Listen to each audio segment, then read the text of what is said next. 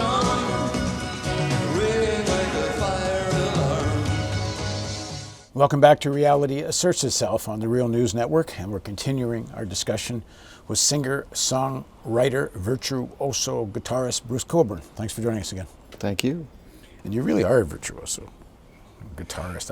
We've been talking all about politics and the words and all this, but I just need to say, when I listened again to Rocket Launcher, Here comes the helicopter. Second time today. Everybody scatters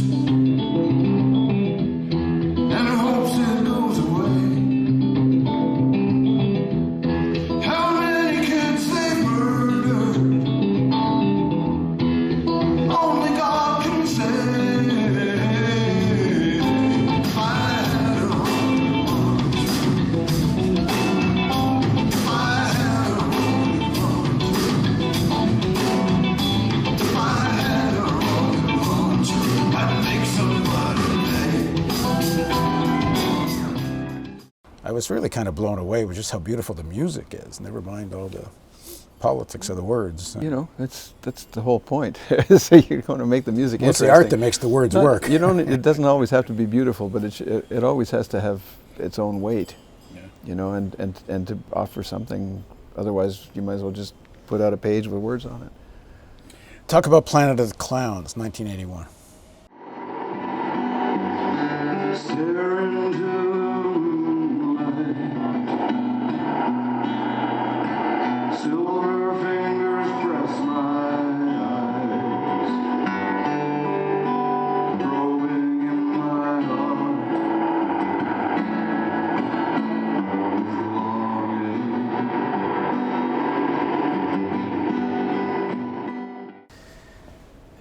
I wrote that in the Canary Islands, and I was there with my then girlfriend, just having a holiday, you know, but exploring a place. And one night out on the beach, just looking at the waves, looking at the sky, feeling like that beach was a beach on the whole cosmos, like that dark ocean of which you could only make out the white caps of the breakers, merged with the sky, and it was really this island Earth, that old sci-fi movie, you know. And I had been reading Doris Lessing's Shikasta, which is a dystopic. Well, I mean, almost anything you can say about it shrinks it in an unfair way, but it's a really interesting and not very happy look at a kind of a sci-fi view of world history and where we're going. And she didn't pull any punches. It's Earth's history basically viewed from an alien perspective by aliens who are continually interfering in the affairs of the planet. And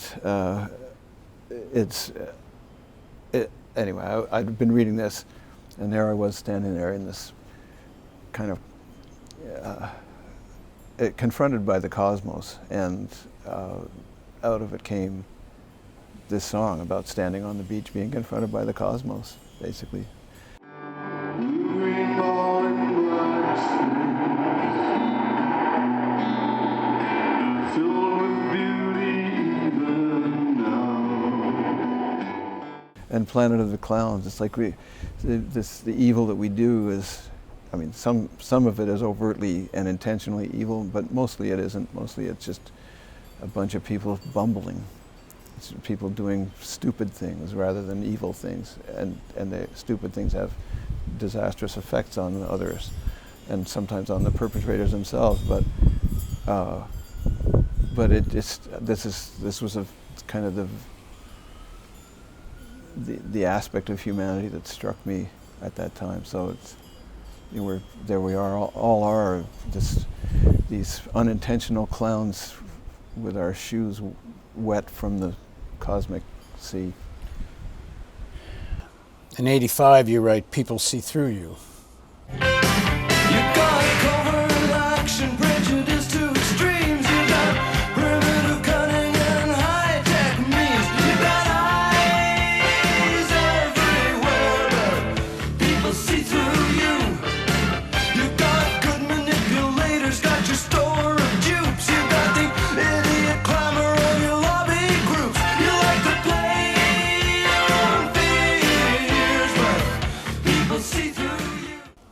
Some saw Reagan as a clown, but he's also, under his watch at the very least, a lot of the atrocities that you witnessed in Latin America. He was a kind of sinister clown, but still deified in this country. Although, Rosario Murillo, Daniel Ortega's wife, who was at the time that we had this conversation, the head of the Artists Union of Nicaragua, this is back in the 80s, said that they had been to the White House. They had actually been to see the Reagans, and she said they were received with great grace and hospitality, and that they had a really good time at the White House. So, you have to take all of the pronouncements about everybody with a grain of salt.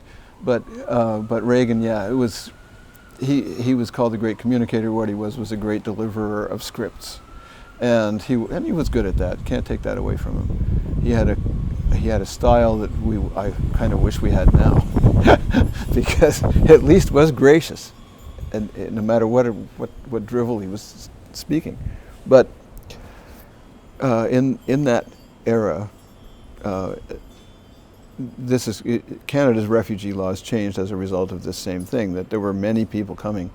There was a big increase in people coming from Central America and trying to get into the States, and trying to get through the States to Canada, because there was an underground railroad that ran from the Mexican border to the Canadian border, and a lot of people were taking advantage of this. A lot of churches were involved in running it, and this was abhorrent to the powers that were.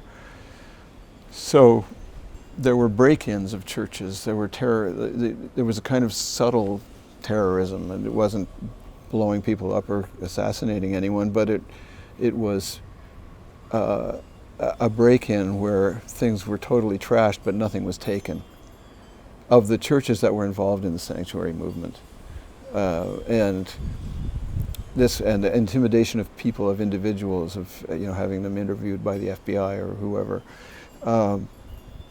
This was going on, and at the same time as there were these official pronouncements coming out of Washington that none of these refugees had any legitimate claim to that status, that it was all about just looking for a better job. They just couldn't wait to come here and be a maid or something, right? So that prompted the writing of People See Through You. You've been lying so long, you don't know what's real. You're a figment of your own imagination. People see through you. And at the time, I was also a friend of mine had given me a subscription to Soldier of Fortune magazine, which was a kind of fashion magazine for mercenaries that you don't see around anymore. It might still be in existence, but they always had somebody in a very cool-looking uniform with cool-looking weapons on the cover, and you in the back you'd find want ads for, anything, anytime, anywhere, any job done, by some ex-military person that was looking for work along the lines he'd been trained for. And in one, the magazine got sued because one of the buyers of these ads got hired by somebody who wanted someone murdered, and they got caught before the crime was committed, I think. Anyway, there was a major lawsuit because of these want ads, so they stopped doing those want ads. But at the time, I used to buy the magazine because I was interested in both the military stuff that they talked about, and in the fact that at the same time as Reagan was saying there was no war in Central America, you could read articles in Soldier of Fortune by veterans coming back from Central America telling you all about the exploits that they'd performed, and the kinds of stuff they'd run into. So it was interesting to read from many points of view for me. But so here were the death fetish mercenaries that are referred to in the song come from Soldier of Fortune magazine. But I remember them advertising a T-shirt that had a picture of a guy in I think a U.S. Marine uniform, but something like that. And at his feet are kneeling peasantry from different cultures. A guy in a sombrero, a woman that looks like she might be Polynesian or whatever, And it says, I think it was the U.S. Marines, and forgive me, Marines. As an institution, I have respect for you, but this T-shirt, I'm pretty sure said, U.S. Marines stabilizing the third world through conquest. I mean, how much more blatant and how much funnier can you get in the dark, very dark way? And, you know, I can picture that ad. But, so this was the Death Fetish Mercenaries, but it was the song was all about the intimidation of, or the attempted intimidation of people who were trying to help their fellow human beings by people who had no interest in the welfare of any human beings other than their immediate family, presumably, or whoever they saw as their peers. You got death fetish mercenaries.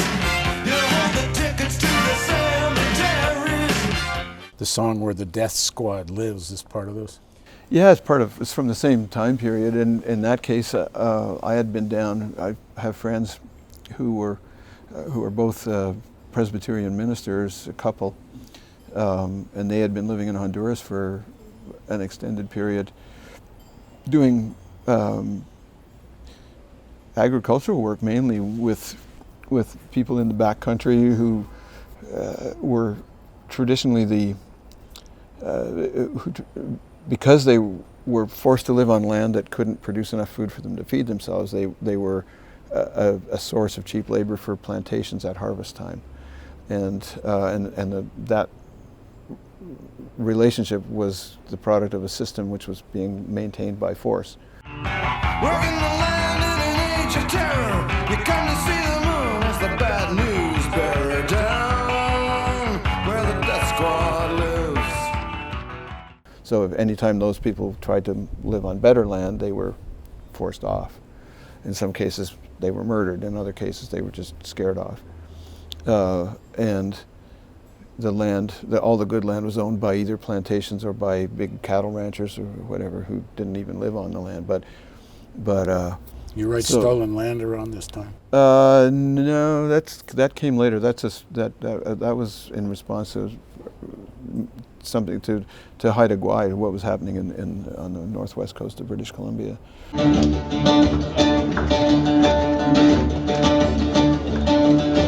Tierra del Fuego to Ungava Bay, the history of betrayal continues today. The spirit of almighty voice, the coast of Hannah Bay, call like thunder from the mountains. You can hear them say it's a stolen land. Stolen land. But where the Death Squad lives, I went to Honduras twice in that period. Once to visit my friends who were doing work with very disadvantaged people in the countryside, and one to a refugee camp, a UN-run refugee camp in a little village called Colamancagua, that for the first time in the history of the UN had been the subject of an attack by the army of the host country. So the Honduran army had raided this camp. They were trying to. Honduras was very worried about refugees from El Salvador, not for the same reasons that the U.S. is worried about refugees from El Salvador, but because in the 60s, I guess, there was a war between the two countries called the Soccer War. They actually fought over a soccer championship. The countries went to war with each other. El Salvador beat the crap out of Honduras. So the Hondurans were very nervous about attracting heat from El Salvador. So they were trying to make sure that the FMLN, the guerrilla movement in El Salvador, was not able to take root among this refugee population. That's why there was a raid. You can see the logic, but it was still a precedent that it was a very unfortunate one in UN history, and nobody knew about it. This Canadian church group had been there right when it happened, or right after, and they came back and they talked about it, and I happened to be at their report of this. It was a press conference with, a dozen journalists, and Mayor Brownstone, who was head of Oxfam Canada at the time, and me, and some others, and I happened to be sitting beside Mayor, and we heard this story being told of what had happened, and he turned to me and said, "We got to get down there." okay, let's go. So this was on as I recall, maybe a Tuesday, or maybe a Thursday, something like that. And the following Tuesday, we were on our way to Honduras. Nobody else could move that fast. The UN was going to send a delegation to look into this, but there's all these gears that have to start turning and whatever. So we just went. It was Mayor and me and a Toronto immigration lawyer named Jeff House, who did a lot of work with Central Americans. This world can be better than it is today. You can say I'm a dreamer, but that's okay. Without the could be and the might have been, all you got left is your fragile skin. That ain't worth much down where the death squad lives. Interestingly, Canada had a consul general in Tegucigalpa who was a retired banker and very well placed in Honduran society and knew all the generals and he knew all the top people. And we had a very nice meeting with him, a congenial meeting, and he said, well, I think the general in command of the armed forces I think we can get him to give you the paperwork to get into the camp. So he did. There's some convolutions involved, but we ended up in this little place almost on the Salvadoran border where, sure enough, they'd gone in. They had killed 2 people. They shot an old guy, and they stomped an infant to death. And they shot up the houses. I mean, the kind of shacks that everybody was living in had bullet holes all over the place. But those were the only actual casualties. But at this time, because the whole idea of the raid on the camp was to suppress the actions of any Salvadoran guerrilla fighters that might be in the area, they had a curfew as well. And if you violated the curfew, you would have your head cut off in the jungle. I mean, that's what farm families are living. They cut down people like they cut down trees. Chop off its head so it will stay on its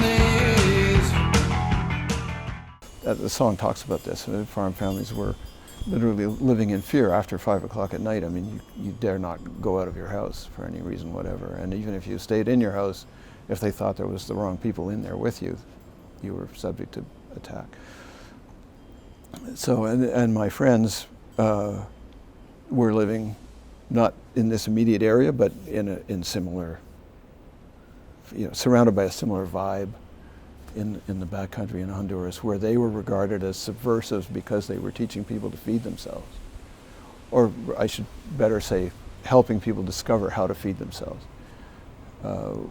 And so, it just seemed like there was something worth talking about there. When the feeling comes through, it comes through strong. If you think there's no difference between right and wrong, just go down where the death squad lives. Please join us for a continuation of our series of interviews on reality asserts itself with Bruce Cockburn.